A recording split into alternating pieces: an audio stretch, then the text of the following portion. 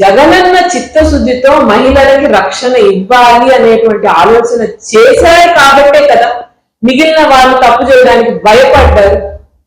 ఆంధ్ర రాష్ట్రంలో మావాడా మీవాడా అనేటువంటి తేడా లేకుండా ఆడవాళ్ల పట్ల అసభ్యంగా ప్రవర్తించాడా, తప్పు చేశాడా, ఆడవాళ్ళకి అన్యాయం జరిగిందా, నా దగ్గరికి కూడా రాకుండా నేను దాన్ని స్పేర్ చేయను అనేటువంటి మాట జగనన్న చెప్పాడు కాబట్టే కదా ఆ కార్యకర్తల్లో కానీ ఆ క్యాడర్ లో కానీ ఆయనకు సంబంధించిన నాయకుల్లో కానీ ఆ భయం అనేది ఉంది కదా. ఓ ఆడవాళ్ళ జోలికి వెళ్తే మన నాయకుడు మనల్ని స్పేర్ చెయ్యడు. పోలీసులకు కూడా ధైర్యం ఎందుకు ఉంది? ఓ కేసు పెట్టి మన మీద ఏమైనా ఇబ్బందులు అవుతాయో అనుకోకుండా ఎందుకు కేసులు పెట్టారు? ఎందుకని గంజాయి ఆ రోజు ఇంత విచ్చలవిడి కాలేదు?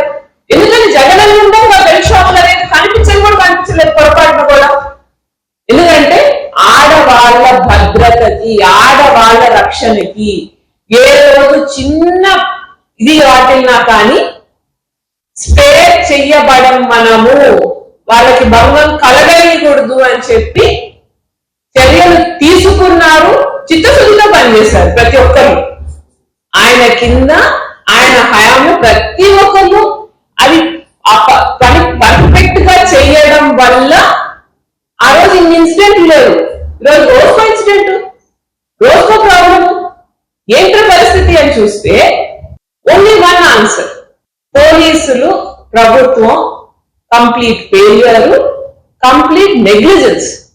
వాళ్ళ విధులు తప్ప అన్ని పనిచేస్తున్నారండి. మన ఎస్పీ గారు మహిళ, హోంమంత్రి మహిళ. ఎంత జాగ్రత్తగా ఉండాలి ఆడవాళ్ళ విషయంలో? దాని గురించి కొంచెమైనా పట్టించుకుంటున్నారా? దాని గురించి కొంచెమైనా ఆలోచన చేస్తున్నారా? ఒక్క ఆడవాళ్ళ రక్షణ గురించి తప్ప మిగిలిన అన్నిటి గురించి ఆలోచిస్తున్నారండి మన హోంమంత్రి అనిత గారు. చంద్రబాబు నాయుడు గారు గత చెప్పగల రోజు ఒక కొత్త స్టేట్మెంట్ పాస్ చేస్తారు.